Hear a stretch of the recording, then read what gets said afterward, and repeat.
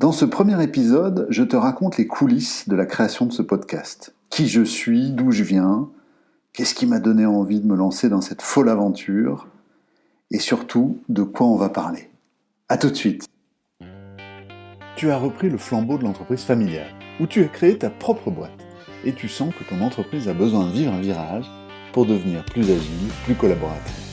Au fond de toi, tu as l'intuition qu'on peut créer un décalage stratégique dans cette boîte par une culture plus humaine et une organisation plus horizontale et responsabilisante.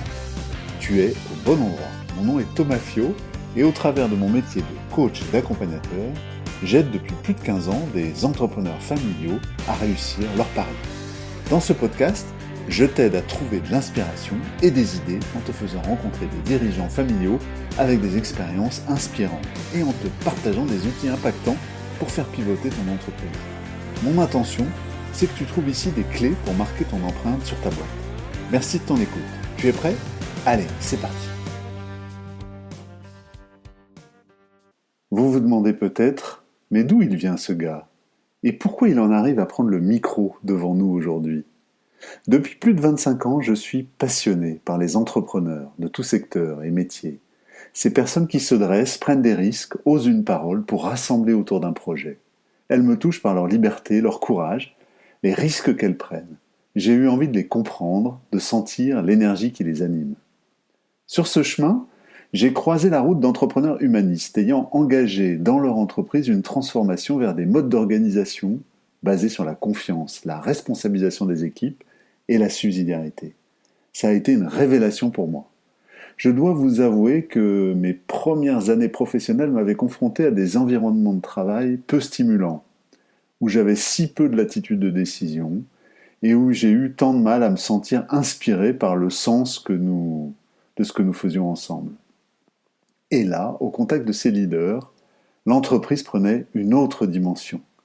Les organisations avaient donc le potentiel de devenir des lieux qui élèvent les personnes, leur permettent de grandir, de participer à un sens inspirant qui les dépasse et d'appartenir à un collectif stimulant.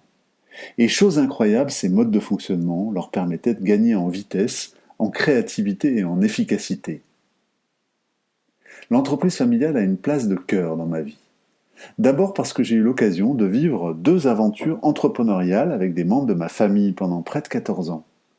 Ensuite parce qu'il y a quelque chose dans l'ADN des organisations familiales qui me rejoint.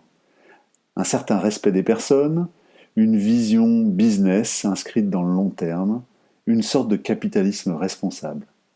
Bien sûr, j'ai aussi découvert les facettes moins visibles de la vie de ces entrepreneurs familiaux, les difficultés, parfois les échecs, le stress, des relations familiales parfois pesantes ou des enjeux de gouvernance complexes. J'ai eu envie de les aider, de me mettre à leur service et j'en ai fait un métier.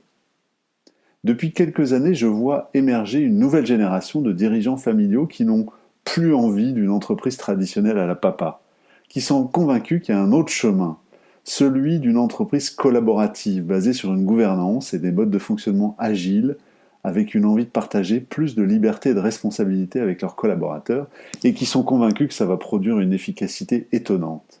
Cette génération est aussi habitée par une forte conscience des enjeux climatiques et de la nécessité de réinventer nos business models.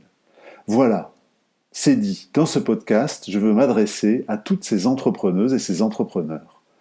Leur offrir un espace d'inspiration et un endroit pour trouver des outils et des idées. Et puis pour ne rien vous cacher, derrière ce podcast, j'ai aussi envie de continuer à apprendre.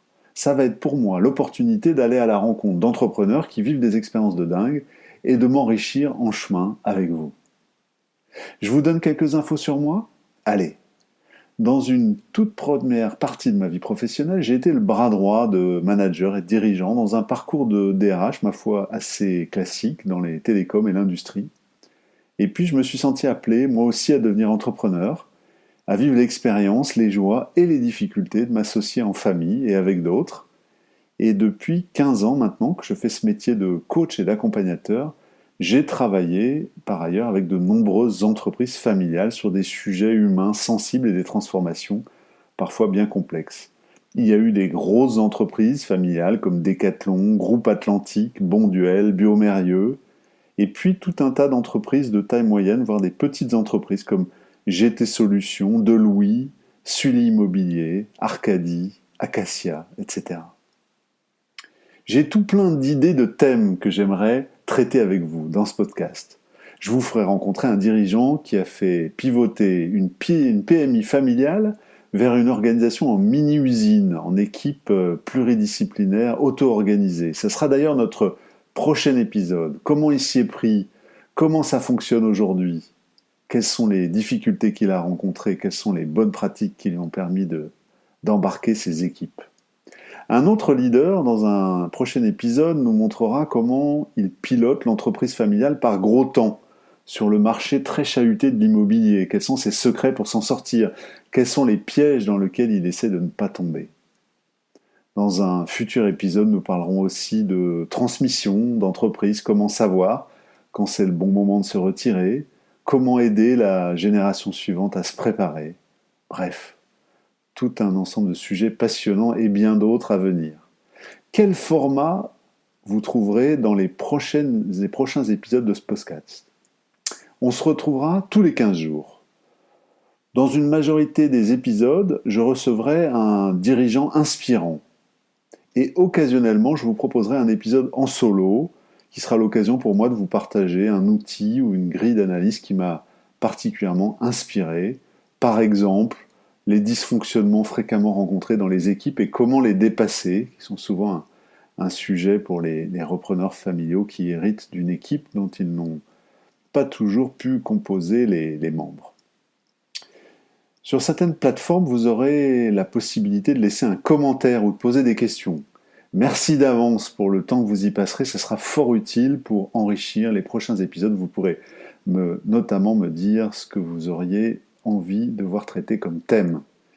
Et puis je vous invite à vous abonner de ce pas à ce podcast. Voilà, la prochaine fois, je vous le disais à l'instant, nous rencontrerons Laurent Bizien, le DG de Martin Technologies, qui nous expliquera comment il a profondément transformé cette PMI familiale vers une organisation en mini-usine auto-organisée. Allez, à très vite.